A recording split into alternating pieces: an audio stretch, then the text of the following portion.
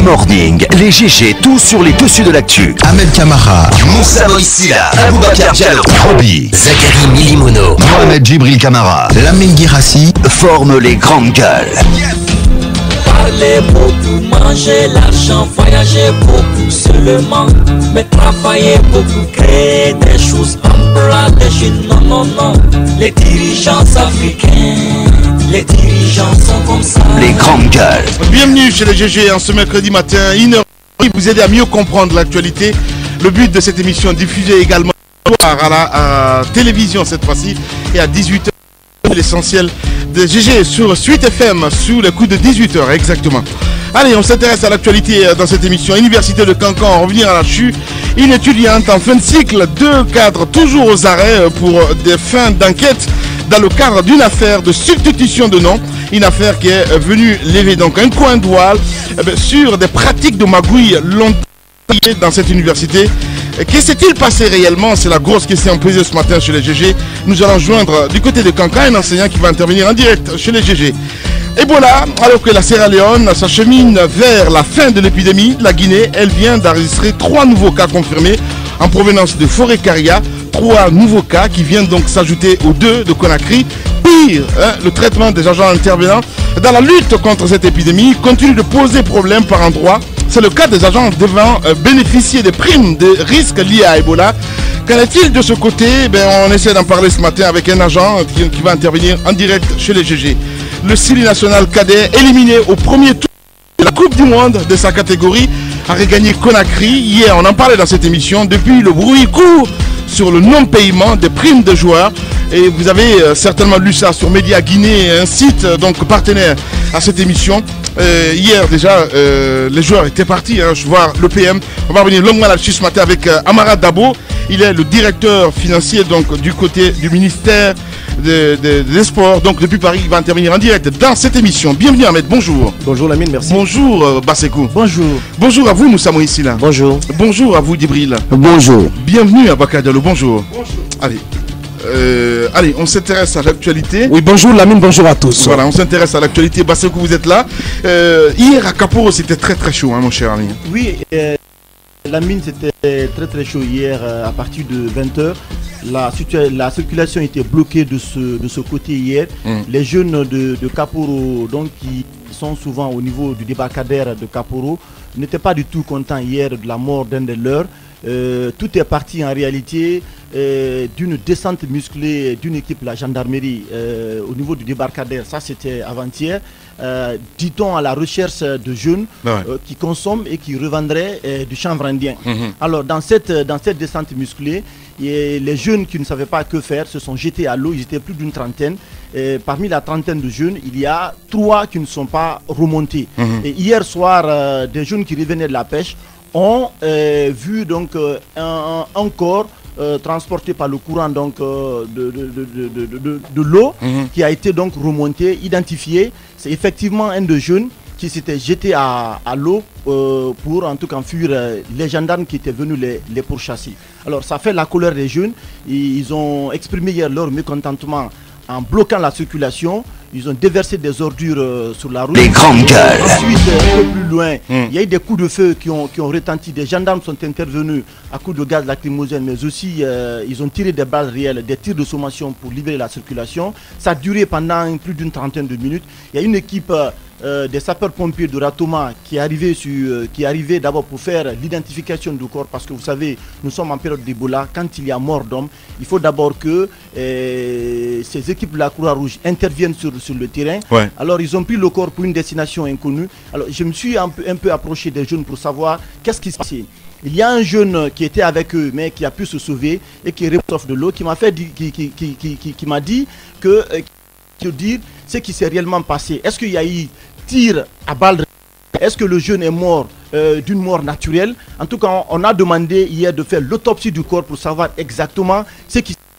Je rappelle qu'il y a 2 autres jeunes qui sont descendus dans l'eau, qui ne sont pas encore remontés. Nous sommes rendus dans les différentes familles hier. Les familles expriment leur indignation pour savoir ce qui s'est passé. Au fait, ils disent que ce n'est pas la première fois.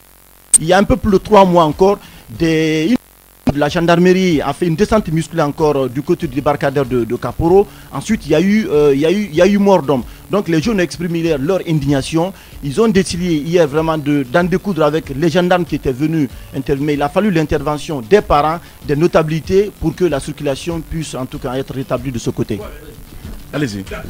D'abord, moi, je me pose la question, quelle est la preuve du fait que, en tout cas, entendre Basekou, que ces deux jeunes qui ne sont pas encore revenus, qui n'ont pas encore été retrouvés, se soient jetés à l'eau. Ouais. Parce que je ne pense pas qu'on ait des preuves matérielles du fait qu'ils se soient jetés à l'eau. Ce qui est à dire, c'est que... Jetés à l'eau ou pas, où ils sont? Ils ont disparu de toutes les façons. Pour l'instant, oui, je pense que... C'est un compte rendu qu'il est en train de faire. Oui, mais je suis entièrement d'accord. Je me pose juste des questions. Mais ce que je sais, c'est que ce débarcadère a quand même été un endroit mal famé. Et il est du droit des services de sécurité de venir faire des opérations à cet endroit-là. Oui, mais pas comme ça. Non, mais attendez quand même. Vous n'étiez pas sur le terrain, vous ne savez pas comment les choses se sont passées. Pour l'instant, gardons-nous de jeter. Non, on ne peut pas tirer de conclusion pour l'instant. Excusez-moi, il y a un chat dans ma gorge. Mais je sais, parce que je passe régulièrement par là. C'est un endroit mal famé qui est fréquenté par des jeunes dont on ne peut pas dire forcément qu'ils sont les plus exemplaires. C'est le cas de Kozaraï. Si vous passez par là à toute heure, même le matin, très tôt le matin, vous voyez un regroupement de jeunes qui fument du chanvre indien au vu et au su de tout le monde. Je pense que ce sont des comportements, ce sont des pratiques qui sont pas du tout acceptables dans nos sociétés. Je pense qu'il est du droit, c'est ma conception. Il est du droit des services de sécurité de faire les descentes là-bas. Je ne sais pas comment cette descente... Non, mais attendez. Je ne sais pas comment... Non, mais écoutez-moi. Je répète. Je ne sais pas comment cette intervention a été menée. Est-ce qu'ils sont allés là avec armes et crosse pour venir matraquer ou pour tirer sur des jeunes? Je n'en sais rien. Mais quand on me dit que des jeunes se sont jetés à l'eau, moi j'attends des preuves. Ce qui s'est passé, je ne pense pas que les jeunes doivent pouvoir se rendre justice de cette manière-là. Je sais que celui qui est décédé, pour l'instant, en attendant l'autopsie dont Basekou a parlé, on ne peut pas conclure par avance qu'il s'agit d'un de ces jeunes. Donc c'est un endroit qui est mal famé et la police ou la gendarmerie a tout à fait beau jeu d'aller dans cet endroit. Allez-y Moussa Moïsi là. La gendarmerie a tout à fait beau jeu d'aller dans cet endroit, mais la manière ne s'y est pas. Je vais vous dire pourquoi. Ce n'est pas une première dans notre pays, surtout dans la capitale, que nous assistions à des descentes musclées, soit de la police ou de la gendarmerie, dans des endroits que tu qualifies de malfamés. On sait que ces endroits existent. Ces endroits sont répertoriés par les différents services de sécurité. Donc, pourquoi ces services de sécurité, sachant que ces endroits sont fréquentés par des jeunes, ayant une telle conscience, ne partent pas en prévention, mettre tout ce qu'il faut en termes de sécurité. Ne pas mettre les garde-fous qu'il faut pour empêcher ces jeunes de venir s'asseoir là et fumer du chanvre indien en vue de s'évader de leurs soucis. Parce que c'est comme ça que l'autre me le confiait la fois dernière. J'ai trop de soucis, il faut que je m'envole pour quelques minutes et que je quitte cette terre de merde. Alors, ils savent que ces endroits existent. Pourquoi ces services de sécurité ne le font pas par prévention? Je vais vous dire pourquoi. Parce que beaucoup d'entre eux, la prévention, non mais écoute, il comprend pas peut-être. Non, si, la filature c'est le travail. Voilà, la prévention c'est le travail. Merci Moussa. Ce n'est pas une force de répression, c'est aussi une force de prévention. Merci Moussa. Je vais vous dire. Alors, ces personnes, Amina. Alors, ces jeunes ne sont pas seuls, Lamine Guirassi. Je vous le dis. Les bons consommateurs du chanvre indien, ce sont aussi les agents des forces de l'ordre. La police et la gendarmerie ont de ces brebis galeuses qui consomment abondamment du chanvre indien.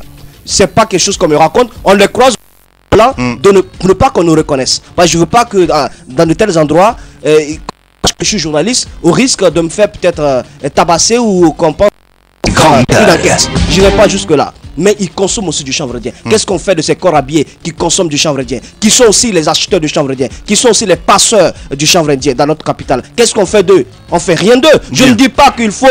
Je ne pense pas qu'il faille laisser ces jeunes s'adonner à de telles pratiques, mais je dis la méthode. Je connais la gendarmerie pour tout ce qui a été fait comme réforme. pour ses moyens de descendre sur le terrain. Mais ce qui a été fait il y a Kaporo, c'est assez grave. J'étais là-bas. Malheureusement, je me suis retrouvé par malchance dès que je suis arrivé. Je suis d'accord avec Aboubacar Diallo quand il dit oui, peut-être c'est pas le rôle de la police de prévenir.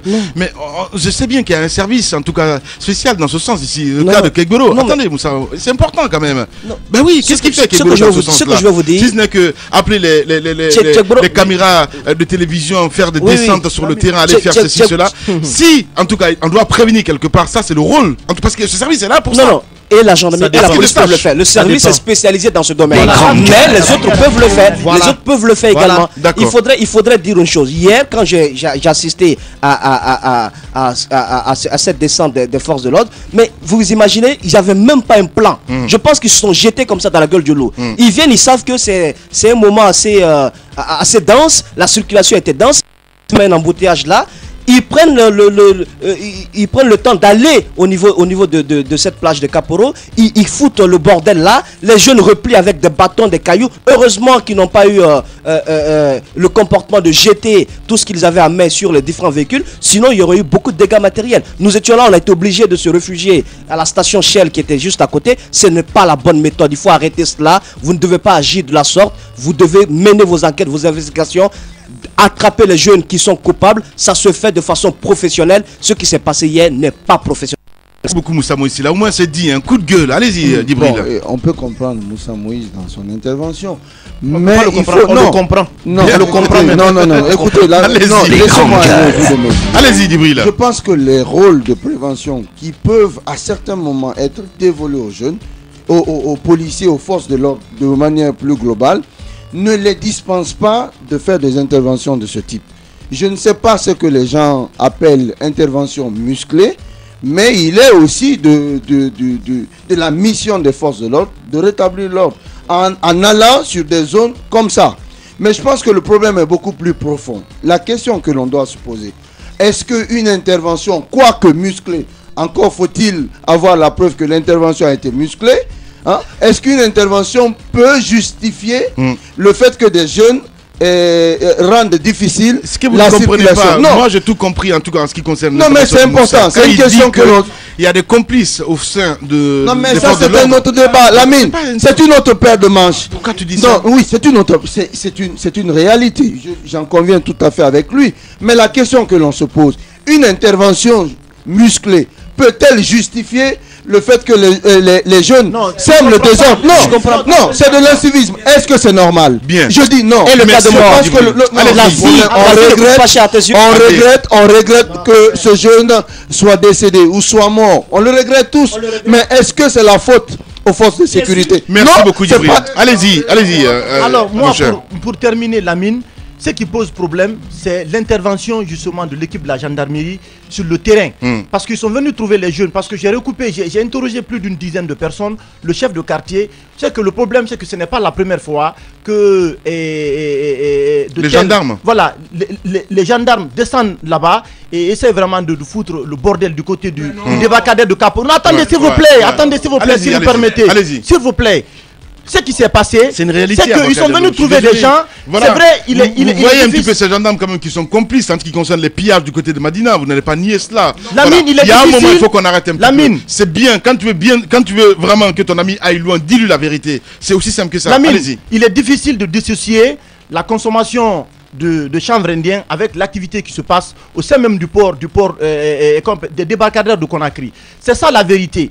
Maintenant, que les gendarmes arrivent et qu'ils ne savent pas, qu'ils ne prennent pas des précautions, des dispositions et qu'ils viennent en même temps vers les jeunes. Parce que les jeunes n'avaient pas d'autre recours. Parce que quand vous venez vers là-bas, c'est une seule entrée, c'est une seule sortie. Quand vous venez, quand vous êtes pressé, vous n'avez pas d'autre solution que de vous jeter à l'eau. Les jeunes se sont jetés à l'eau.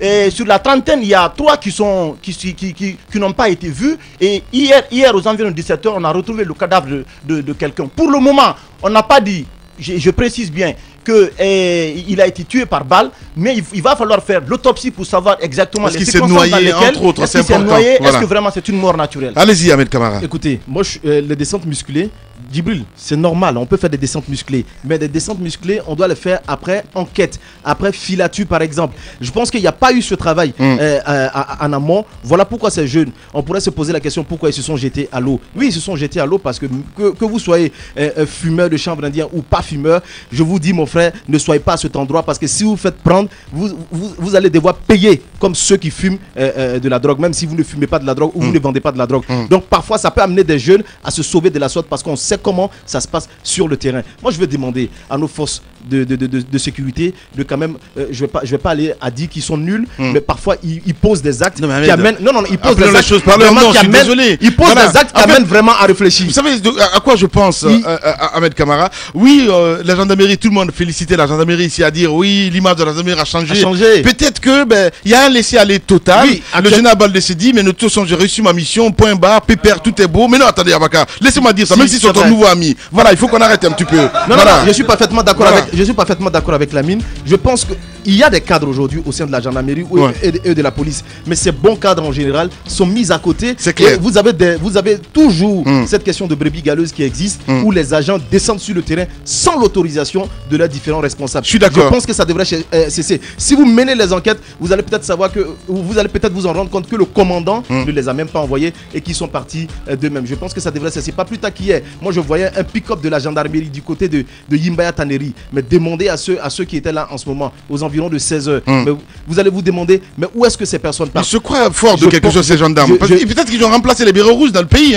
Oui. Ils sont devenus un petit peu le commandant de mort, tout simplement. De toute façon, les bérets rouges ont disparu en ce moment puisqu'ils sont dans les casernes. Mais je pense que ce sont des pratiques qui doivent carrément cesser dans le pays. Allez-y, Tamba. Voilà, bonjour aux auditeurs. Bonjour, excuse-moi, oui. Cette situation, personnellement, je pense qu'il y a des problèmes au niveau de l'intervention de nos de sécurité chez les gendarmes comme chez la police. Mais ces derniers temps, les dérives de la gendarmerie. Il y a de sérieux problèmes. Voilà. Les nombreux rapports qu'on a eu sur ces agents-là, ils en attestent assez suffisamment. Mais je veux dire une chose.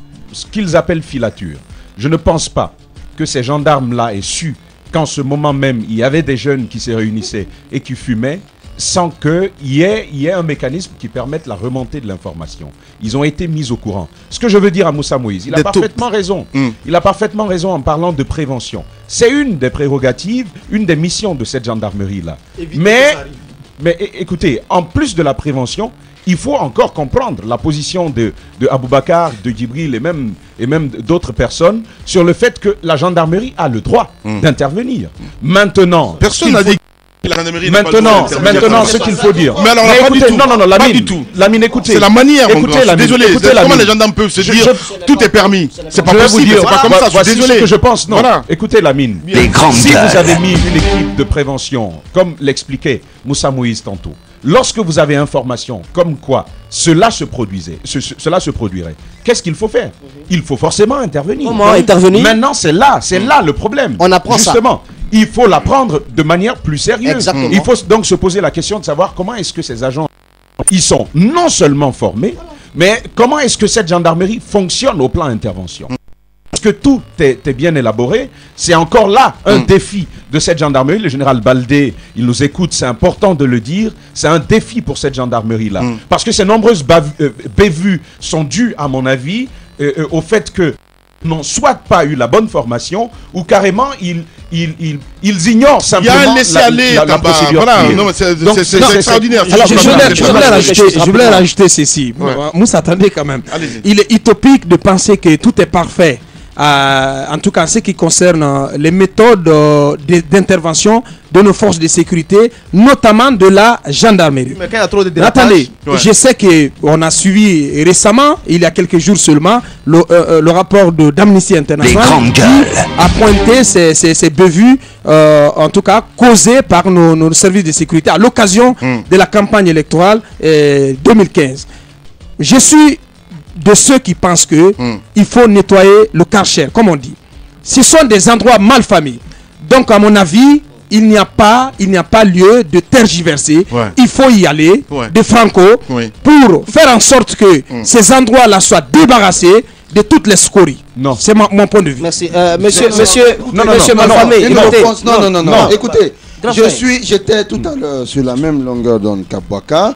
mais je pense que la solution uniquement répressive n'est pas la bonne. Fonctionne pas. Ça ne fonctionne pas. On a vu ce qui s'est passé en France il y a 10 ans.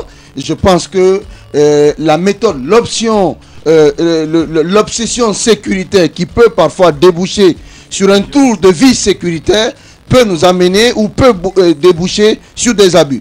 Je pense que là où on est, je suis d'accord avec Moussa Moïse et les autres, c'est la méthode. C'est vrai, tout n'est pas parfait au niveau de cette gendarmerie, mais globalement, c'est un corps qui s'est considérablement amélioré. Ce qu'il faut faire, il faut tuer le problème à la racine.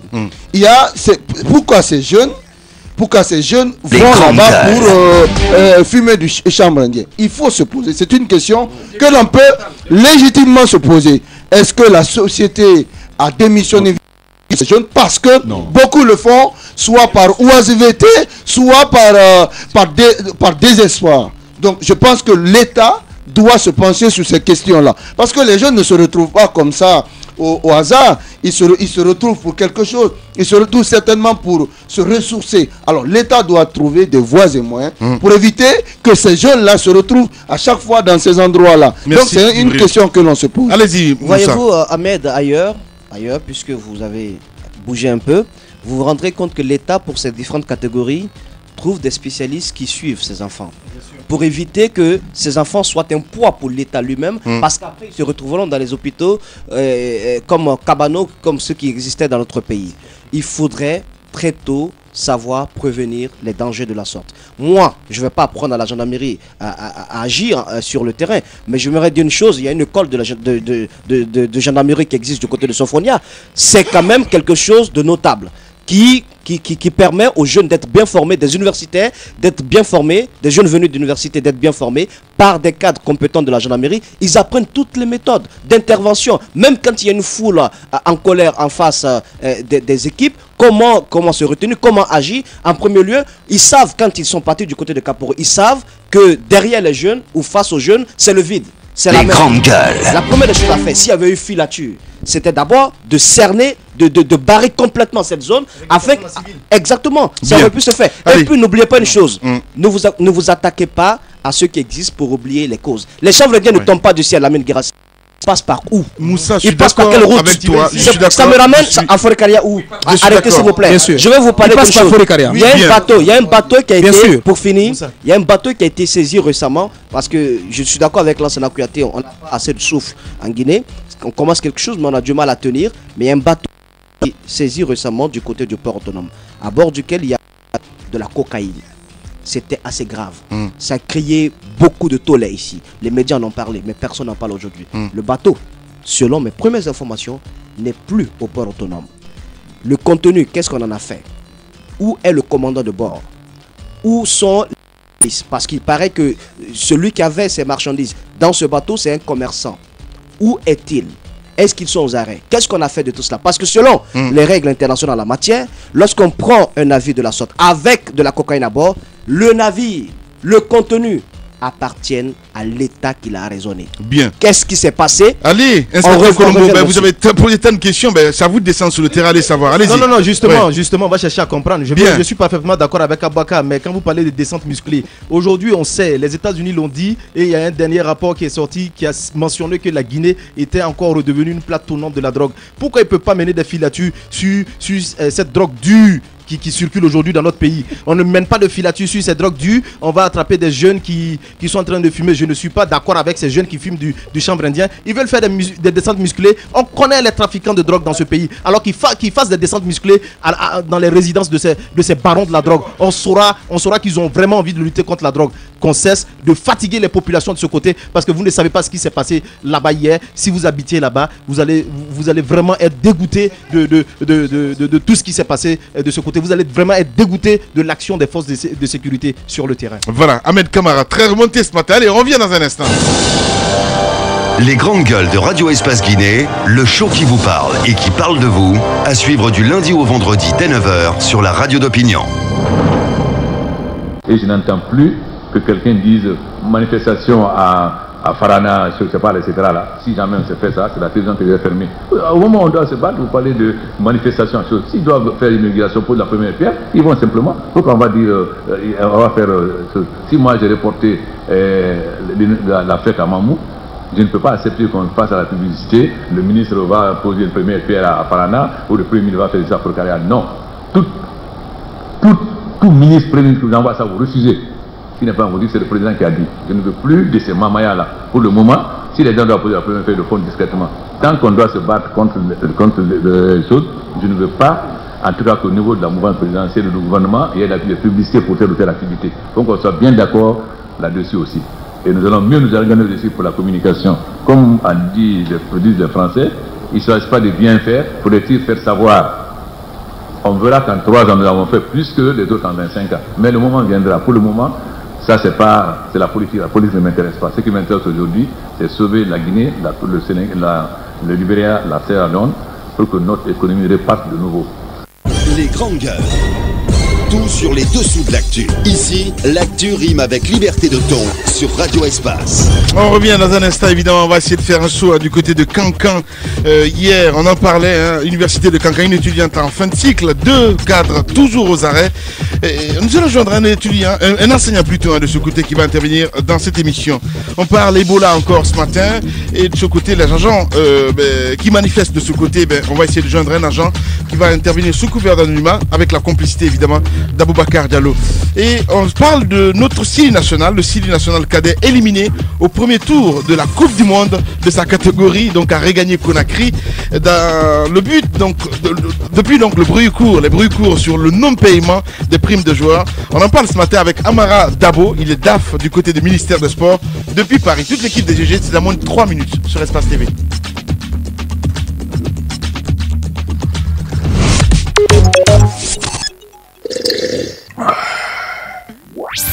Votre soirée sur Espace TV. Retrouvez juste après les infos. Question de femmes. Les femmes ont leur mot à dire sur la télé d'une autre planète. Réussite, préoccupation, toute l'actu au féminin, c'est dans Question de femmes, les mercredis à 20h20 sur Espace TV. Avec Mafoudia Bangoura. 20h50, sonorité guinéenne. Espace TV donne le la à la musique du terroir dans sonorité guinéenne. Yankadi, Toupoussessé, Kourou, Mandingue. Des invités. La Guinée dans toute sa diversité, c'est dans Sonorité guinéenne, les mercredis 20h50 sur Espace TV. Avec Waraba Style, Salim Soirée.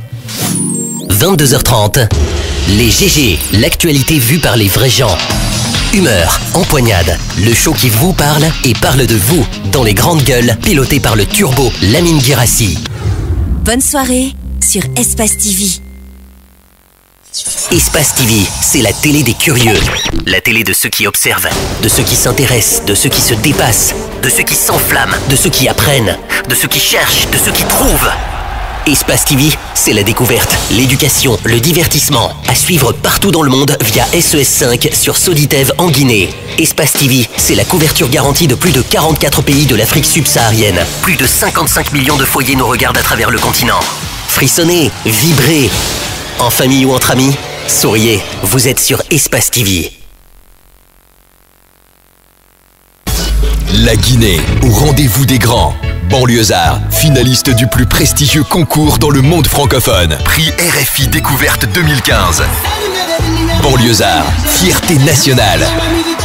Faites gagner la Guinée. Votez massivement Banlieusard. Participez au vote. Allez sur prixdécouverte.com/fr/vote. Votez Banlieusard, c'est voter la Guinée. Votons tous pour nos poulains. Allez sur prixdécouverte.com/fr/vote. Nouvelles, dépêches, portraits, billets, interviews et un suivi régulier de l'actualité à la seconde près, c'est exclusivement sur votre quotidien d'information en ligne www.eco-au-pluriel-de-guinée.net. Écho de Guinée est un site d'information en ligne qui dispose d'une équipe jeune, dynamique et compétente avec des correspondants déployés dans toutes les grandes villes du pays. Sur Écho de Guinée, l'actu fait écho dès après votre clic. www.eco-au-pluriel-de-guinée.net. Écho de Guinée, le vrai visage. Ici, l'actu rime avec liberté de ton sur Radio Espace. Voilà, beaucoup de réactions ce matin, évidemment. GG au 8037, le numéro de téléphone s'affiche juste en bas de l'écran. On va essayer de lire ce message que nous envoie commandant Barry, le porte-parole donc du côté de la gendarmerie. Bonjour, les GG, la descente n'a pas été musclée, mais l'effet surprise était de taille. Edith Ahmed, c'est les parents qui nous ont alertés. Voilà, donc voilà, au moins on a la réponse. On va essayer d'évoluer. Ahmed, commandant Barry, est-ce qu'on peut l'appeler, s'il vous plaît, mon cher ami réalisateur? Parce que l'information qu'on avait selon Baka, c'est que le commandant n'avait pas toutes les informations sur place le matin. Oui. Ben, s'il nous dit que la descente n'a pas été musclée, c'est que peut-être finalement, je pense qu'il dispose de certaines informations. Ce que j'ai vu hier, ce n'est pas quelqu'un qui m'a raconté, j'ai vu de mes propres yeux. Je vous ai donné même l'exemple de ce qui s'est passé du côté de Yimbaya Taneri. Faites un tour de ce côté, s'il vous plaît, la gendarmerie, les responsables de la gendarmerie. Allez poser la question à ces femmes qui étaient assises dans le marché à partir de 15h. Qu'est-ce qui s'est passé avec ce pick-up de la gendarmerie qui passait? Je pense qu'à un certain moment, tous, aujourd'hui, on est unanime que dans la circulation, on voit parfois des actes qui ne sont pas catholiques. Alors là, pas du tout. Je pense qu'aujourd'hui, on est en train de donner raison à cet écrivain, je crois, burkinabé Kizerbo, qui disait qu'il y a les hommes, il y a les gendarmes et il y a les animaux. Eh ben oui, allez-y. Nous et l'armée, ben, on n'a pas les mêmes types de réflexion. Je suis d'accord. Finalement, je suis en train de comprendre. Voilà, allez-y Tamba. C'est c'est trop caricatural. Mais alors là, pas du tout. Oui, je suis tout à fait d'accord. C'est son opinion. Non, mais c'est bien. Allez-y. C'est caricatural. Malheureusement, nous devrions tendre à meilleur. Il faudrait que ça puisse changer. Mais le problème, c'est aussi ce que nous avons. Ouais. Mais je vais vous dire, cette question n'est pas typique à la Guinée. Elle existe un peu partout. Oui, justement. Même aux États-Unis, vous avez on parle de chez nous ici. Non, mais écoutez, Ahmed, ce que j'essaie de dire, c'est que la Guinée ne peut pas réfléchir par elle-même, à elle toute seule, de cette façon-là. Il faut voir ce qui se passe ailleurs, prendre de la graine de ce qui se passe là-bas et voir comment améliorer notre situation. À Harlem, par exemple, on sait ce qu'on lit et de ce côté-là. De la consommation du chanvre indien, ça existe partout. Mais comment est-ce que les forces de l'ordre s'y prennent? Je vais encore le redire. Les interventions dans ce genre de situation, souvent cet effet de surprise, il est difficile de le contrer. De toute façon, nous écouterons le commandant Barry. Mais non, il ne peut pas intervenir. Hein, voilà, il faut qu'il demande l'autorisation du haut commandement. L'autorisation d'intervenir. Mais je veux rapidement dire à Djibril c'est mieux de gagner en temps. Il existe des études sur le clanisme, sur la délinquance juvénile, sur le banditisme. En Guinée, ça existe. Et ces gendarmes, ils en ont. Ils savent ce à quoi ils ont affaire. Simplement, je pense que partout, c'est un peu le constat, personne ne veut vraiment se doter de cet esprit du service public rendu à la nation. Les gendarmes se voient comme contraints à aller. Ils vont comme par ordre donné par leur hiérarchie. Ils y vont pas avec le cœur. Chacun fait assez mal son travail. Sinon, de la filature, on aurait pu amener. On aurait pu bien suivre des gens, comme ça se fait. On aurait même pu procéder à des infiltrations, comme ça se fait. Mais on ne le fait pas. Parce que personne n'a envie de bien faire son travail. On attend que le mois finisse et on prend son salaire. Malheureusement, ça ne profite pas à la Guinée. Cette situation-là, encore une fois, ça va écorcher l'image de la gendarmerie nationale. Voilà, en 10 ans, le boulot, franchement, moi, je suis très déçu concernant le comportement des gendarmes ces derniers temps, parce que peut-être, on peut se demander à qui la faute finalement à la fin du compte. Quand on voit le président, attendez, Djibril, laissez-moi placer ça, je sais de quoi je parle, mon grand. Quand on voit un peu le président, lancer des fleurs à la gendarmerie et tout, je vous ai dit depuis le départ qu'il y a une frustration, mais qui ne dit pas son nom. La police nationale est laissée pour compte aujourd'hui à ce qui concerne. Mais oui, souffre que je dise cela. C'est mon opinion, je suis désolé. C'est pas une comparaison, c'est une réalité. Je suis désolé. Ça, c'est une vérité de la police et ce n'est vraiment pas. Tu sais que les policiers n'ont pas de formation? Est-ce que tu sais que la police n'a pas d'école de formation? Je n'ai pas dit ça. C'est la faute à qui? Mais non, la faute à la gendarmerie. C'est pas la faute à la gendarmerie, la faute à l'État, mon grand. L'État, quel État? Quel État? Quel État? Non, je pense que continue ton raisonnement. Je ne suis pas en train de comparer. Je suis en train de dire ce que que je pense. Oui, mon grand. mais, Point barre. mais pourquoi Voilà. évoquer la police? Qu'est-ce que l'affaire de la police vient faire? Parce qu'il y a un souci, mon grand. Oui, mais pourquoi il parle pas de la police? Écoutez, ce qui est important, Les grandes gueules. mieux évolué ces dernières années en Guinée, c'est bien la gendarmerie. Et ça, c'est vraiment pour. Ce n'est vraiment pas pour passer. Et tu es fier de l'image de la gendarmerie aujourd'hui, mon grand? Oui, moi je suis fier de cette gendarmerie qui s'est considérablement améliorée. C'est vrai, au sein de cette gendarmerie, il y a des brebis galeuses, comme dans tout corps, et ce n'est d'ailleurs pas une spécificité guinéenne. Mais encore une fois, ce n'est pas pour passer de la brosse à réluire. C'est un corps qui a considérablement évolué. Aujourd'hui, regardez l'image de la gendarmerie. Personne n'a dit le contraire. Officiers de police Personne n'a dit le contraire. Moi, je n'arrive pas à comprendre ces derniers temps pourquoi il y a cette chute. C'est ce que je dis justement. Mais c'est ce qui se passe, mon grand, ces derniers temps. Les gendarmes qui volent, qui pillent un magasin. Il faut à un moment qu'on arrête un petit peu. Voilà. Ça n'existe pas. Ça n'existe pas.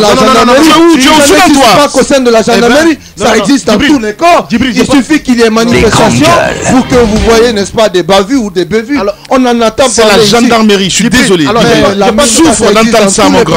Souffre d'entendre ça. Je pense qu'il y a un travail de fond, un travail de sable. Si tu le dis. Un travail de sable qui est en train d'être fait par le général Baldé. Donnons-lui la possibilité de poursuivre, de parachever cette vaste réforme au sein de la gendarmerie. Je pense qu'il faut mettre un peu de jeunes du côté de la gendarmerie du 109. Allez-y, Ahmed. Je ne suis pas d'accord avec Djibril. Voilà. Écoutez, de toutes les façons, si, on ne peut pas dire qu'il n'y a pas eu d'amélioration. Personne n'a dit ça. Non, je suis. Voilà. Ça, il dit voilà. que. Mais il exagère un peu. C'est ça le problème. Je suis parfaitement d'accord avec Lamine quand il dit qu'il y a une chute. Cette chute, c'est à nous de dénoncer cette chute. Il est trop tôt de parler de chute, je vous assure. Ces derniers temps, au regard de ce qu'on a vu, le terme est il y a quelques, trop fort, franchement. Au regard de ce qu'on a vu il y a quelques mois, je suis parfaitement d'accord avec Lamine qu'il y a une chute. Et cette chute, aujourd'hui, nous tirons la sonnette d'alarme pour que les responsables de la gendarmerie puissent corriger. On les informe pour qu'ils sachent un peu ce qui se passe sur le terrain parce qu'ils ne voient pas tout. Aujourd'hui, moi je pense que la gendarmerie de toutes les façons a fait ce qu'elle pouvait, les responsables ont fait ce qu'ils pouvaient pour amener les jeunes, pour cadrer ces jeunes, mais je pense qu'aujourd'hui il y a des problèmes qui sont en train de sortir à la surface, des problèmes qu'on devrait régler. Et du côté de la police, ce que je veux rappeler aux autorités, c'est pas parce qu'on a passé 100 ans ou combien d'années au niveau de la police, on est un vieux de la police, qu'on connaît forcément la police. Aujourd'hui, le monde... Aujourd'hui, il y a beaucoup de techniques sur le terrain que même ces anciens ne comprennent pas, que ces jeunes comprennent mieux parce qu'ils ont été plus formés à la nouvelle technologie et autres. Aujourd'hui, notre police dispose d'un drone. Non. Notre gendarmerie, je n'en sais rien, dispose d'un drone. Non. Aujourd'hui, il faut former des jeunes. Il faut former des jeunes à l'utilisation de ce genre de matériel. On ne fait pas. Et après, on s'assoit, on dit non, il y a ceci, il y a cela. Donc moi, je pense aussi que du côté de la police, ce n'est pas forcément une question de vieux, mais il faut aussi donner la chance aux jeunes de pouvoir évoluer. Je pense que ça va aider ce corps. C'est ce que le général Baldé a fait du côté de la gendarmerie. Ça portait fruit du côté de la police. On pourrait faire pareil. Non, mais finalement, il souffre un petit peu de dire ça. Si on fait un peu replier quand même, en 5 ans, en ce qui concerne les manifestations, parce que oui, disons les choses, Abaka, la gendarmerie est là pourquoi exactement? Pour cadrer. J'ai vu le président qui s'est invité la dernière fois à la gendarmerie à féliciter ce gendarme. Personne n'a dit que le général Baldé n'a pas fait quelque chose. Personne n'a dit ça, Djibril. Voilà, non, personne n'a dit cela. Mais quand on prend un petit peu, les chiffres parlent d'eux-mêmes, mon grand. Oui. En 5 ans, il y a eu combien de morts en ce qui concerne les manifestations? Personne. Oui, mais c'est énorme. Lamine, personne ne peut nier ces bavures, on l'a tous relevé. Non, mais comme tu fais aujourd'hui l'avocat de la gendarmerie, mais écoutez, non, pas du tout. Mais je pense que entre le verre à moitié vide et le verre à moitié plein, je préfère le verre à moitié plein. Je pense que on a tous salué et reconnu le travail qui a été fait, le travail des bénédictins, je vais le dire comme ça, qui a été fait au niveau de la gendarmerie. On ne peut pas jeter de la pierre dans le jardin du général Baldé pour avoir donné de la formation à ses troupes. On ne peut pas lui faire ce reproche-là. Qu'est-ce qui empêche le général Garé d'en faire autant? Vous dites que la police n'a pas les mêmes entrées. Non, vous dites, attendez, vous dites que la police n'a pas... oui, je sais de quoi je parle. Laissez-moi placer ça. Vous dites que la police n'a pas d'école. Pourtant, la police aussi dispose de 2 écoles. Oui, bien sûr. Une qui se trouve du côté de Kafilia, si je prononce bien. Il y a une autre, en tout cas dans la zone de Dubreka. Je parle de formation, mon grand. Mais qu'est-ce qui empêche? Qu'est-ce qui empêche la police qui est directement sous la coupole du ministère? Espace. Radio Espace se mobilise. La tension est montée d'un cran à Conakry. À une semaine du scrutin, les militants des deux partis se sont affrontés. Il est temps de nous ressaisir. C'est ce signal que l'archevêché de Conakry envoie à travers cette exhortation. Des jours se sont écoulés depuis la suspension de la campagne présidentielle. Suite aux affrontements entre militants des deux partis en lice, l'heure est à la reprise. Nous avons confiance à le général Sekouba Konaté. Il a l'intention d'organiser les élections. On les suit, on attend le dimanche avant les élections. Prévision météo, Réaction des autorités. et témoignages. Je ne peux pas parler à la place de l'État parce qu'il y a le gouvernement, mais il doit prendre des dispositions pour protéger la population. La rédaction vous donne dès 5h30 et jusqu'à 23h en temps réel L'évolution de la situation sur l'ensemble de l'agglomération et de la région pour vous guider et vous accompagner. à chaque événement exceptionnel. Une seule radio vous informe. Écoutez Radio Espace. Le meilleur moyen de s'informer.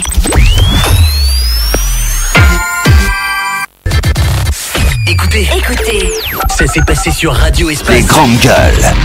On nous a signalé qu'il y a un gendarme qui aurait violé une fille du côté de Béhanzin et la violence faite à la population.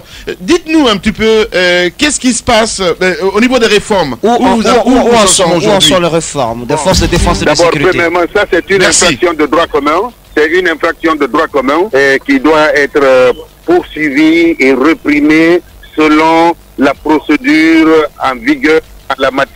Voilà, qu'il soit civil ou militaire, celui qui viole une personne est passible de sanctions. Donc, ne faites pas d'amalgame entre le militaire et les civils. Malheureusement... Non, c'est pas les civils, hein, on parle des gendarmes. Non, oui, mais le gendarme aussi est assimilé au militaire. Ok. C'est la même chose. Les grandes gueules. Est-ce que vous avez eu une information sur l'existence d'un groupe de personnes appelées Ulimo du côté de Zérékoré? Certaines langues nous disent que ce groupe s'adonne à des scènes de violence. Quand il y a eu cette pulvérisation au marché de Zérékoré, il y a eu des problèmes à ce niveau. Est-ce que ce groupe existe, monsieur le ministre délégué à la Défense? Je ne connais pas de parti qui soit dénommé Ulimo. Bien. S'il y a des groupes armés ou officiellement ou non officiels, informels ou non, de toutes les façons, nous ferons des investigations nécessaires et nous saurons situer à une telle situation. Voilà. Il n'y a pas de problème. Non, pas de place en Guinée. Restez à l'écoute de la bouillon des radios. La bouillon des radios. Écoutez, ça s'est passé sur Radio Espace. Les grandes gueules. Bonjour, monsieur Diallo. Oui, bonjour. Voilà, si vous avez écouté, hein, on ne fait pas de cadeau là hein, sur le gouvernement dont tu faisais partie, parce que tu étais ministre de l'élevage, même si évidemment tu n'as pas fait l'élevage, mais on t'a mis comme un ministre de l'élevage. Allez, le bilan, si on vous posait la question, vous diriez quoi exactement, Mouktar Diallo? Je peux simplement... Alors là, Mouktar, franchement, on te reconnaît pas là du tout, hein, parce qu'on se dit, franchement, tu as une grande gueule, et ce matin, tu continues, enfin, tu tournes autour du pot là. Ben, comment on peut pas faire le bilan? C'est ce que j'arrive pas à capter là. Je dis encore une fois, on a eu à faire beaucoup de choses et je ne pense pas que vous ayez suffisamment de temps pour écouter tout ça et pour poser des questions afin que je puisse développer toutes les actions, tous les actes que nous avons eu à poser. C'est pour cela que je dis, je ne pense pas que le contexte soit approprié pour faire un bilan complet. Les grandes gueules. Voilà, avec nous, dans les grandes gueules, monsieur Mathurin Mangoura, bonjour. Bonjour, monsieur le journaliste. Apparemment, vous avez promis des avions. Oui. Voilà. Où nous en sommes? C'est la plus grande déception de ma vie administrative que j'ai eue par rapport à toutes les promesses que j'avais faites et dont je ne suis pas parvenu quand même à la réaliser. Les avions, ils sont achetés, ils sont peints, pavillons guinéens, ils sont tous à Toulouse. Qu'est-ce qui se passe exactement, monsieur le ministre? Qu'est-ce qui se passe exactement? Voilà. Nous avons eu la malchance d'avoir avec nos partenaires parce que l'État guinéen n'a injecté aucun centime. Nous avons fait venir des pilotes, l'équipage qui a fait plus de 3 mois au Novotel en formation et les autres membres de l'équipage étaient déjà à Toulouse. Les CEVAR ont été formés à Dakar. Mais très malheureusement, au dernier moment, on nous parle d'un déficit de près de 3 millions de dollars entre lui et ses partenaires. Eh ben, dis donc. Non, s'il vous plaît, il faut comprendre le type de contrat que nous avons signé. Ce n'est pas l'argent guinéen qui s'est envolé parce que l'État guinéen n'a pas injecté même un seul centime. Donc, ça veut dire vous êtes lancé dans ce projet à l'aveuglette, quoi, quelque part, parce que l'État ne payait pas un centime dedans. Oui, l'État ne payait pas un centime. Nous avons donné le droit de trafic qu'il nous faisait parce qu'en contrepartie, il voulait s'installer ici. Donc finalement, si on comprend bien, monsieur le ministre, c'est que c'est un contrat sous-loué. L'avion n'appartenait finalement pas aux Guinéens. Non, en partie. Restez à l'écoute de la Billion des radios. La Billion des radios. Écoutez. Ça s'est passé sur Radio Espace. Les grandes gueules. Monsieur le prophète, s'il vous plaît, ce que nous voulons savoir aujourd'hui, c'est qu'en est-il des domaines de l'État que vous avez récupérés aujourd'hui? Vous n'êtes pas des Burkinabés ou des Maliens. Vous êtes des Guinéens. Vous dites ce qui est bon pour la Guinée. Monsieur le prophète, est-ce que vous pouvez nous dire? Les domaines sont là, venez vérifier. D'accord. C'est un déplacement, je vous prends en charge, vous venez, je vous dis, bon voilà, ici c'est la cité Razel. D'accord. Où 50 maisons germées 12 sont déjà en construction. Ici c'est tel. Comme ça, je vous montre tout. D'accord. Il n'y a pas de problème. Voilà, quand on ira, vous serez le dernier à être rencontré. Écoutez-moi, quand vous touchez du doigt, quand vous touchez du doigt, c'est plus que ce que vous parlez là-bas quand vous êtes assis sur le climatiseur. Eh bien, dis donc, monsieur le prophète, on a compris, il n'y a pas de problème. Alors, on va essayer de... Alors, vous êtes, écoutez-moi, je répète, vous êtes les bienvenus à Dubreka. Il n'y a pas de problème. Et vous serez bien reçus par monsieur le préfet. D'accord. Et d'ailleurs, ça vous permettra de visiter tous ces chantiers. Oui. Et votre radio sera enrichie. On y sera très bientôt. Merci beaucoup. Sans ça, votre place est inutile. Évidemment. Comme vous d'ailleurs. Hein. Si vous ne donnez pas de vraies informations, votre place n'a pas de sens. Oui. Mais commandant Mamadouba Bandambon, merci beaucoup. S'il vous plaît, retirez le mot. C'est pas commandant. Moi, je suis lieutenant-colonel. Eh bien, dis donc. C'est pas ce que je vois écrit ici. Attention, ne diminuez pas à mon honneur, ne diminuez pas à mon salaire. Il n'y a pas de problème. Lieutenant-colonel. Voilà, lieutenant-colonel. Parce que si vous le faites prochainement, je vous envoie à la justice. Eh bien, dis donc, il n'y a pas de problème. Voilà. Lieutenant. C'est un mérite. Lieutenant, vous diminuez chez moi. C'est un mérite que vous diminuez chez moi. Okay. On s'excuse alors par rapport à ce titre. Lieutenant-colonel Mamadouba Boudabo Camara. On dira nous sommes désolés, mais pas s'excuser. Lieutenant, merci beaucoup, colonel, d'être intervenu dans les grandes gueules ce matin.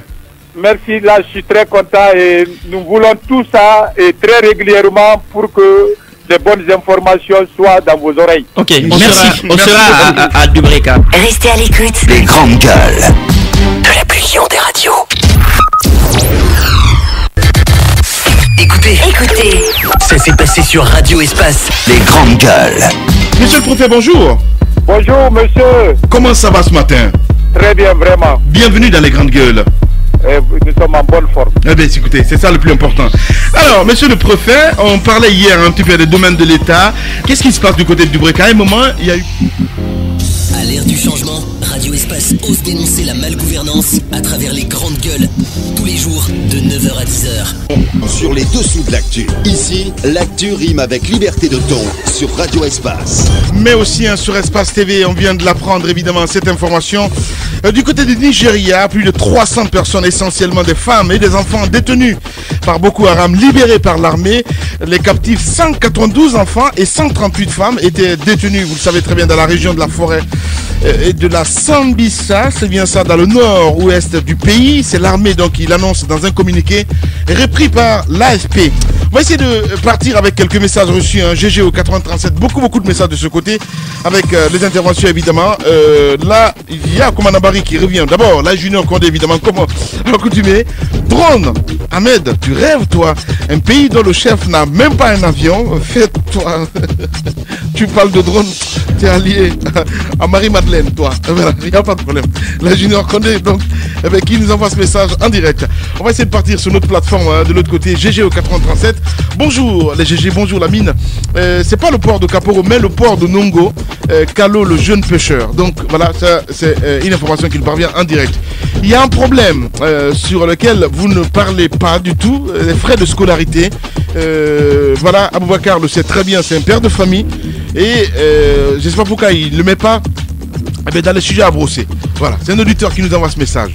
Bonjour les GG, les manifs passés tout au long de l'autoroute de Lansana, le message n'est pas venu au complet. Et bien voilà, sinon l'autre qui dit demande à Dibril et à Boubacar, ils ont laissé je ne sais quoi exactement, donc voilà, allez. On y va avec cet autre message, arrêtez de nous parler de réformes depuis 5 ans, voilà, c'est pareil au même, il n'y a pas de souci, allez. Cet autre message, garde l'anonymat, on fait pas de... Allez, attendez, Moussa, s'il te plaît, arrête de me perturber. Allez, on y va avec l'autre sujet que nous allons évoquer dans un instant. On parle d'Ebola et vous l'avez bien mentionné, Lamine Guirassi, dans votre intitulé. La Sierra Leone, si tout va bien, devrait annoncer la fin de l'épidémie à la date du 8 novembre prochain. Donc, ce qui correspond ici à la rentrée des classes en République de Guinée, la rentrée des classes qui est fixée au 9 novembre. Et comme vous le savez, cette autre rentrée des classes va avoir lieu donc dans un contexte d'épidémie Ebola encore. Parce que la Guinée reste calée dans cette épidémie avec à nouveau trois cas confirmés en provenance de la préfecture de M. Mohamed Gibril, la préfecture de Forêt-Caria. Ces 3 cas donc viennent s'ajouter à 2 nouveaux cas qui sont ce qui fait 5 cas confirmés en République de Guinée, donc avec les 2 cas qui existent déjà du côté du CTE de Nongo. Mais la question aujourd'hui, c'est le traitement des agents qui interviennent dans le cadre de la lutte contre cette épidémie. Il y a ces agents de santé qui doivent bénéficier de ce qu'on appelle la prime de risque liée à leurs interventions dans le cadre de la lutte contre cette épidémie. Il faut rappeler qu'au début, ils prenaient cette prime du côté dans les succursales de ce qu'on appelle le crédit rural. Et donc, ils partaient chacun à sa convenance dans une succursale du crédit rural pour percevoir cette prime de risque. Mais aujourd'hui, il y a eu quelques réformes. On a concentré tout au niveau de l'hôpital national d'Onka, ce qui fait que tout le monde vient là s'entasser et les agents ont du mal donc à entrer en possession de cette prime. Je rappelle que dans les 2 autres pays qui ont été touchés par Ebola, la Sierra Leone et le Libéria, cette prime, parce que c'est un fonds qui a été dégagé par la Banque mondiale, cette prime s'élevait jusqu'à 400 $. Tamba a suivi un peu cette enquête. Par mois. 400 $ par agent par mois. D'accord. Dans ces 2 pays-là, les agents ont touché jusqu'à 12 mois de primes déjà, de primes de risque. En Guinée, on en est au 8e mois. Et il faut rappeler que ça a été très très difficile pour nos agents de santé d'obtenir ces 6 mois, ces 6 précédents mois. Donc, aujourd'hui, ce qui est en jeu, ce sont les 2 derniers mois, donc ce qui complète à 8 mois. Et c'est très difficile pour les agents donc de les obtenir. Il y a eu un programme de paiement qui a commencé la semaine dernière, mais qui s'est littéralement, brusquement interrompu le samedi. Donc tous les agents n'ont pas encore obtenu cette prime. Ils sont nombreux à se retrouver tous les jours du côté de Donka pour à la quête de cette prime. Ils n'arrivent pas à l'obtenir. Et du côté de Sakoba, vous êtes renseigné? Oui, j'ai eu Dr Sakoba hier qui était en partance pour Paris. Et il m'a dit qu'il faut se rapprocher du PNUD. En général, c'est le PNUD qui gère ce fonds. Mais on ne peut pas comprendre que le paiement commence et que la chaîne s'est interrompue. Il y a une interruption. Ça m'étonne pas. Cela est constaté depuis 3 jours. Et les agents se posent énormément de questions parce que c'est 75% de leur salaire. Quand vous avez un salaire d'1 million, donc on calcule 75% du salaire, c'est ce qu'on vous remet. On se pose la question de savoir pourquoi on donne 400 $ par mois aux agents de santé intervenant dans la lutte contre Ebola en Sierra Leone et au Libéria. Pourquoi on donnerait 600 000, 400 000 à nos agents ici? Donc c'est une question qu'il faut se poser. Mais il y a cet agent, normalement, si on l'a, qui va pouvoir témoigner sur leur parcours de combattant pour obtenir cette prime. Voilà, nous l'avons d'ailleurs en direct ce matin chez les GG. Les grandes gueules. Bonjour, agent. Oui, bonjour. Voilà, bienvenue. Allez, vous êtes sur Espace chez les GG et on s'intéresse à vous ce matin. À cette prime de risque, expliquez-nous votre parcours de combattant pour, en tout cas, aller à la quête de cette prime. Ok, merci, mon cher Aboka.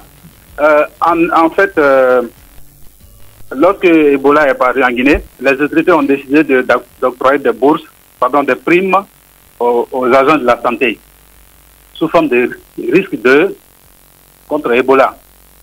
Alors, pour le moment, les agents de la santé ont reçu 6 mois. 6 mois, et 6 mois, c'est égal aux 75% du salaire de chaque personnel.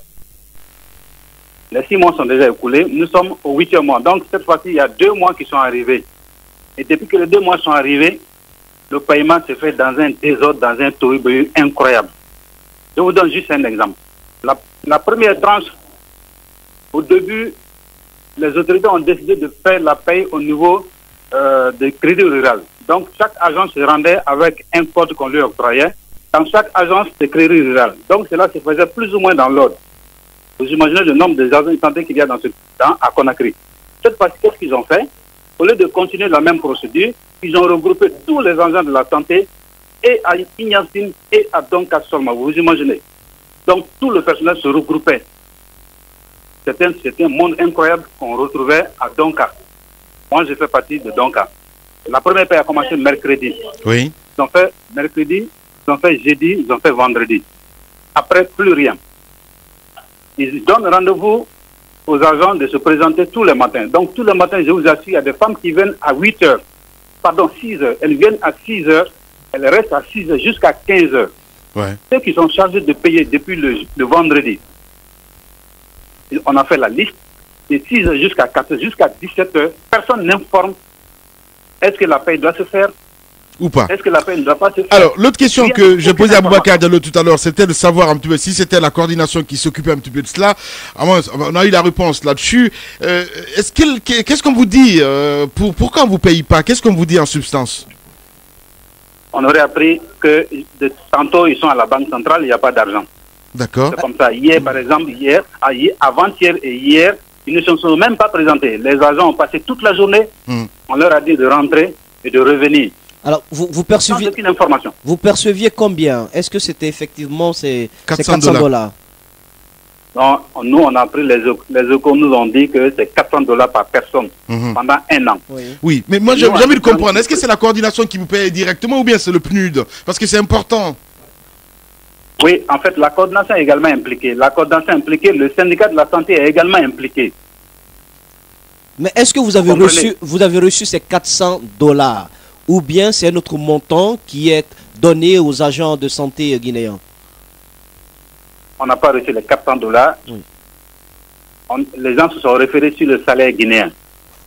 Donc, si vous avez 1 million, on calcule les 75% de 1 million, c'est ce qu'on vous donne. Si vous avez 500 000, on calcule 75% de 500 000.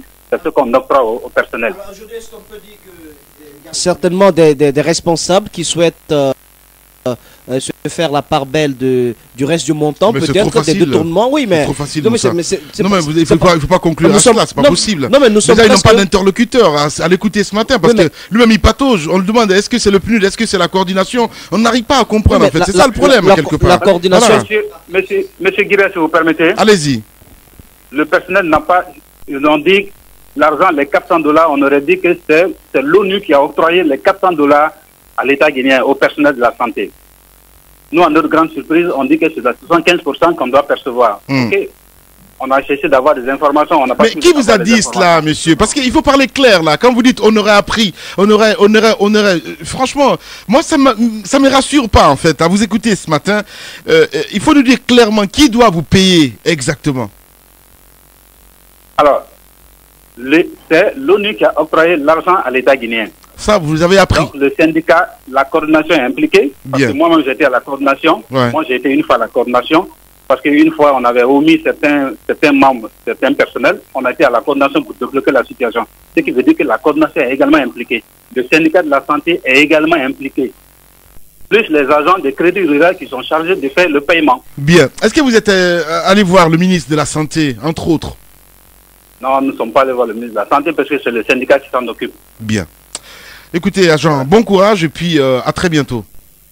Ok, merci. Au revoir. 9h-10h. 9h-10h, chaque matin sur Radio Espace. L'émission claironne sa devise. Les grandes gueules. Les grandes gueules, le show qui vous parle. Et qui parle de vous. Donnez la parole à ceux qu'on n'entend pas. C'est ça, les grandes gueules sur Radio Espace. Les grandes gueules. Tout sur les dessous de l'actu. Ici, l'actu rime avec liberté de ton sur Radio Espace. Voilà, sur Espace TV, évidemment aussi, continuez à réagir, GG au 8037. Sinon, voilà, on va essayer d'appeler dans 10 minutes exactement Amara Dabo, DAF du ministère des Sports du côté de Paris. On s'intéresse évidemment à notre équipe nationale, le Civic National Cadet, c'est bien cela. Vous avez écouté cet agent, Tamba? Nous avons écouté l'agent, mais il y a des précisions importantes qu'il convient de faire après son intervention. il faut dire que ce n'est pas l'ONU qui a donné cet argent. Justement. J'ai vu le document même du projet. Je l'avais sur moi. C'est un document produit avec la Banque mondiale. Où la Banque mondiale octroyait un fonds de 1 500 000 $. Et aux Guinéens. Vu qu'ils n'ont plus d'interlocuteur, parce que moi je voyais, quand Moussa posait la question tout de suite, je le disais tantôt, le monsieur il patauge, il ne sait pas du tout en fait à quel sens vous jouez. Je pense qu'on finalement à la fin du compte, Tamba, parce que vous savez, des agents qui ne sont pas au courant du tout. Voilà, c'est ce que je dis justement, parce que lui c'est un peu. Oui, absolument. Est-ce que peut-être il fallait partir du côté du ministère de la Santé, parce qu'on a tendance aujourd'hui à croire que ce ministère n'existe pas. En fait, la Banque mondiale a sorti cet argent, mais il appartenait à la coordination avec la Banque mondiale d'établir la formule de paiement de ce montant-là. Initialement, c'était un peu plus que 75% du salaire. D'accord. Mais vous savez, on est parti de la base fonctionnariale de l'État guinéen. À partir du recrutement à la biométrie dernier, on avait un recensement de plus de 2000 agents de santé, médecins et autres y compris, tous ceux qui devaient intervenir dans la chose. Finalement, et il en parlait tout à l'heure, il y a eu des difficultés. Certains n'avaient pas obtenu de salaire. Il fallait revenir. La formule a donc été revue. Mais ce qui est important de savoir, c'est que on ne sait pas ce qui est donné par la Banque mondiale ou par quelle institution, on ne sait, aux États comme la Sierra Leone et le Libéria. On nous parle de ces 400 $, dont vous parlez. Est-ce que c'est le cas pour la Guinée? Ce que nous savons, c'est que les 75% du salaire de l'agent, c'est ce qui est versé par mois. C'est ce qui est en train de se faire. Mais ici, dans ce cas de figure, qu'est-ce qu'ils peuvent faire ces agents-là justement? Il y a une chose, en tout cas c'est établi que c'est pour eux. Ils doivent bénéficier de cet argent-là. Maintenant, ce que je n'ai pas compris et que j'aurais aimé qu'ils nous expliquent, à un moment, moi j'ai été saisi, comme quoi Sakoba aurait décidé de ne plus payer les 2 derniers mois, les mois qui comme par hasard. Justement, c'est quand même l'information que j'avais reçue. Et l'enquête, c'était de savoir pourquoi. Est-ce que c'est parce que le fonds avait été gelé pour quelle cause? En tout cas, c'était des suspicions qui naissaient. Ou dans le cas présent, qu'est-ce qui a motivé finalement à continuer la paix? C'est encore une question qu'on se pose. Voilà, on parle football ce matin. Amara Dabo, en direct chez les GG. Les grandes gueules. Bonjour Dabo. Oui, bonjour à vous. Bienvenue dans cette émission. Alors, il y a eu beaucoup de vacarme autour de la prime du Silicadé, des joueurs du Silicadé. Ils sont revenus en Guinée. Et selon nos informations, selon des médias, ils sont allés jusqu'à la primature hier pour aller demander leur prime. Je ne sais de quelle prime il s'agit. Expliquez-nous, d'abord, confirmez-nous que ces primes ont été payées, monsieur Dabo. Merci beaucoup, Espace FM. Je tiens à vous préciser qu'actuellement, je suis à Paris. D'accord, je quitte Santiago de Chili. Je cherche à rentrer maintenant au pays.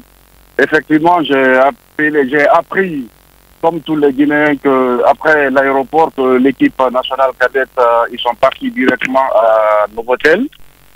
C'était pour réclamer des primes. Je ne sais pas, moi, en tant que financier, je suis en train de me poser la même question que tous les autres Guinéens.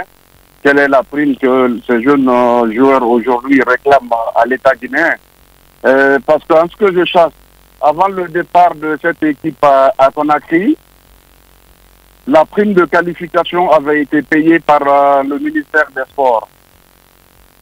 Cette prime de qualification, elle était fixée à 3 000 $.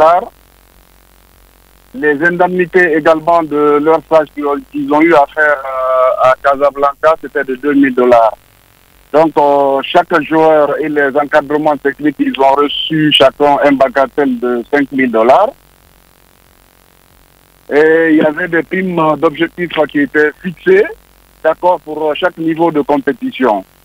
Et avant le départ de cette équipe à Conakry, le jour effectivement qu'on a payé les 5 000 $ à l'équipe, on a fait une large communication où on les a expliqué que les primes d'objectifs sont fixées ainsi de suite. La prime de qualification pour les quarts de finale était fixée à 2 000 $. La prime de qualification pour les demi-finales, 3 000 $. Et la prime de qualification pour la finale était fixée à 3 000 $, comme je disais, 2 000 $, 3 000 $ et 5 000 $, excusez-moi. On a fait réellement toutes les explications dessus. On a fait une large communication. Toute la presse était là. Donc moi, aujourd'hui, en tant que financier, je me demande quelle est la prime que ces jeunes réclament aujourd'hui au ministère des Sports, vu qu'ils n'ont pas atteint les objectifs dans la compétition. Voilà, parce qu'on nous apprend hier du côté de la primature, on a envoyé de ce côté un Bakadian, en tout cas si mes informations sont bonnes.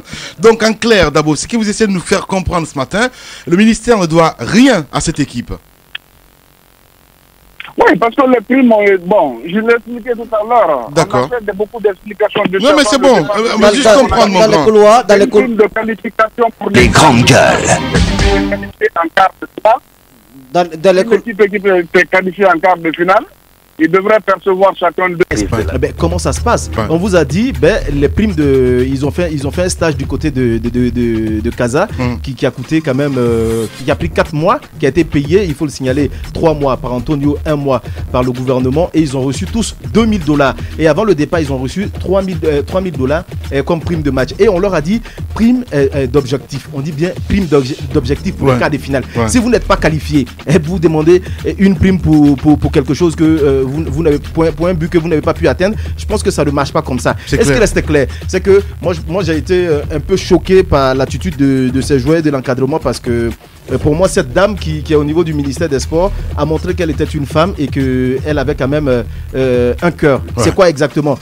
Dans les tests du ministère des Sports, vous savez ce qui est mentionné jusqu'au temps de Bantama et de Titi, tout ça, ce qui est mentionné jusqu'au temps depuis Lansana Conté, il est mis que pour ses cadets, à chaque stage, il devait percevoir la somme de 50 000 francs guinéens. D'accord. Et les primes de match, vous savez c'est combien? Non. 125 000 francs guinéens. De 50 000 francs guinéens, cette dame a dit non, je ne suis pas d'accord. Elle a appelé ses collègues des finances et du Elle a fait du lobbying. Du lobbying, des finances et du budget. De 50 000 francs guinéens, on est venu à $2000. De 125 000 francs guinéens, on est venu à $3000. Écoutez, elle ne peut pas faire plus que ça, mon ami. Je suis d'accord. Et c'est important, cette précision aussi. On se pose la question si finalement ce n'était pas les cadets qui étaient à la primature. Parce que on me signale ici que c'est l'équipe basket. L'équipe de basketball qui était à la primature pour en tout cas parler de sa participation à la Coupe du Monde des clubs qui doit se jouer, et la Coupe d'Afrique des clubs qui doit se jouer au Cap-Vert, donc à Praia. Et donc si l'information n'était pas... Pourquoi ils partent à la primature? Non mais c'est là où souvent on vient poser ces problèmes. On connaît la galère de basketball, national de basketball, cette équipe était où elle a participé à l'Afro Basketball 2015 et elle a pu même engranger une victoire contre l'Algérie, mais qui prouvait que c'est le moins qui manque à certaines équipes nationales.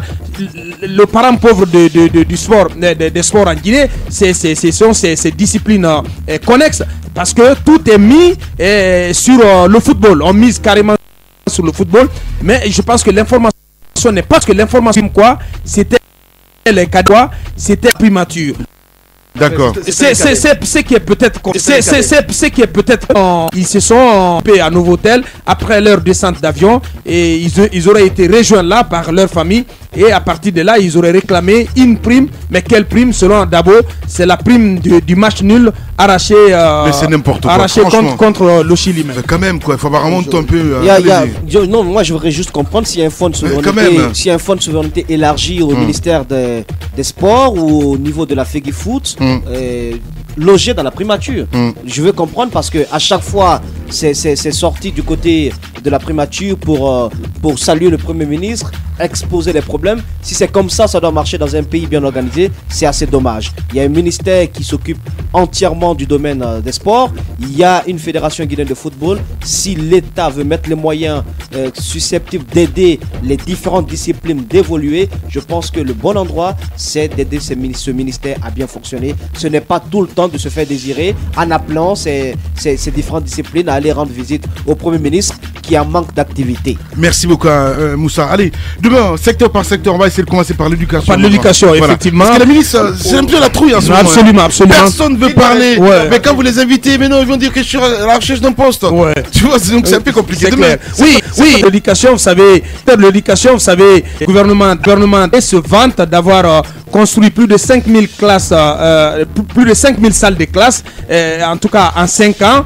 et alors que en 10 ans précédemment, on n'a pas atteint même 2000 salles de classe. Alors au-delà de ces statistiques-là, quelle est la réalité crue dans nos différentes localités, dans les localités les plus éloignées de la Guinée? Quel est le niveau de préparatif pour la rentrée scolaire fixée au 9 novembre? On en saura donc demain. Voilà, finalement, on va dire la fièvre Koukao sur le continent, il est passé. Ah oui, en Côte d'Ivoire, c'est passé en Côte d'Ivoire finalement. Coup fatal en Côte d'Ivoire. Coup fatal. Oui, parce que le score était un peu plus élevé. En Côte d'Ivoire, on dit Takokelé. Eh ben voilà. Alors c'est clair que on ne sait pas comment ça va se passer un peu ailleurs. Hein. Si c'est un nouveau virus, bien évidemment, qui vient d'arriver en Afrique de l'Ouest ou bien sûr le continent africain, le Nkukao. Mais de toutes les façons, je pense que ça pourrait inspirer deux chefs d'État qui penseront désormais à faire un Nkukao parce que ça leur faciliterait la tâche. Évidemment. Si on ne change pas notre constitution quand même. On est allergique à ça. Et peut-être il faut l'évoquer maintenant. Ah oui, c'est important, il faut l'évoquer. Voilà, parce qu'on est capable de tout dans ce pays-là. Pourquoi il ne faut pas en parler? Parce que nos textes sont clairs et personne ne supportera ça. Les textes étaient noirs au Congo. Les textes sont noirs là-bas. Vous aurez le Koukao risque de faire malheureusement tâche d'huile.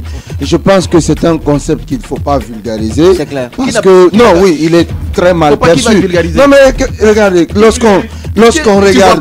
Non. Écoutez, on parle de ce concept en Guinée. Ensuite, du jour au lendemain, on le retrouve en Côte d'Ivoire. Attendez voir ce qu'on retrouve le même concept dans d'autres pays à l'occasion des joutes électorales. Je pense que ce qui s'est passé en Côte d'Ivoire, c'est une élection qu'on peut, sur laquelle on peut dire bien des choses. Par 83% des voix dès le premier tour, ça quand même, ça me fait grincer des dents. Et il y a aussi la situation au Congo où on a obtenu également un score à la soviétique, un score stalinien. Parce qu'on ne peut pas quand même parler de 12% de oui avec une abstention record. La Côte d'Ivoire également, c'est quand même 54% de taux de participation. Il y a quand même pas mal de choses à dire. Il y a quelque chose, allez. Pardon, sur le volet Nkukao, je suis d'accord avec Djibril. Et si tant est que ce Nkukao soit honnête, que ce soit l'expression du suffrage des électeurs. Là, je n'ai rien contre, mais lorsque c'est un concept qu'on vulgarise pour l'introduire dans les machines préfabriquées des opérateurs, oui, ça on le fait. Là, c'est assez grave. Là, je suis contre parce que ça tue la démocratie. En même temps, il faut dire une chose. Chez nous, je n'aimerais pas qu'on évoque un changement constitutionnel à la Sassou. Vous savez pourquoi? Vous savez pourquoi? Parce que sinon, nous on va évoquer. Ce pays n'est pas, nous ne sommes pas au Congo ici. Nous ne sommes pas au Congo. Nous sommes en Guinée. Nous sommes en Guinée. Oui. Personne n'osera toucher à cette constitution pour quoi que ce soit. Personne n'osera le faire. Et j'aimerais dire une chose aux Congolais. Il faudrait reconnaître une chose. Fais attention. Si vous ne... non, j'invite... Mais un peu d'eau dans ton vin, je ne mets pas. Il faut que le peuple congolais fasse comprendre à Sassou qu'il n'est pas le propriétaire du Congo. Bien. Et qu'on le foute dehors. S'ils ne le font pas, je pense qu'ils en ont encore pour 5 ans, 10 ans de misère. Il faut qu'ils le foutent dehors parce qu'il n'a rien à faire à la tête de ce pays. Merci beaucoup Moussa Moïsila. Au moins c'est dit. Avocat, oui, allez-y mon grand, voilà. Allez. Je voulais encourager Moussa dans sa voix. C'est important aujourd'hui que les Congolais, ceux qui sont sur la rive gauche, vraiment ceux qui sont sur la rive gauche, qu'ils se fassent entendre. Que même si Sassou doit marcher sur leur corps, et tous qu'ils le fassent, mais que cela ne soit pas permis parce que c'est une honte pour l'Afrique.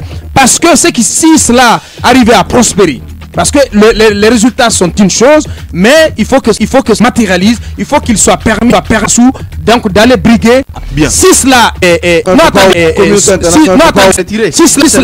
Congo, parce qu'il ne faut pas laisser faire. Sinon, ça va se matérialiser sur la rive droite où il y aura de l'électricité en 2016. Merci Joseph Kabila. Allez-y, Tamba. J'ai envie de dire à nos politiques, Monsieur Alpha Condé d'abord et à tous les autres après, que de l'eau, si froide soit-elle, a ceci de particulier qu'elle peut se révéler assez foudroyante. Voilà. Ce n'est pas parce qu'un peuple est toujours calme qu'on peut vouloir jouer avec lui. On ne joue pas avec notre constitution, c'est l'expression de notre souveraineté. Et la Guinée, la souveraineté est celle du peuple. Alors, merci beaucoup. Ce que j'ai rappelé à Tamba hier, je vais le rappeler aujourd'hui encore. Les chefs d'État africains, sauf quand ils ne veulent pas. Quand ils veulent, ils foncent, peu importe ce qui va arriver.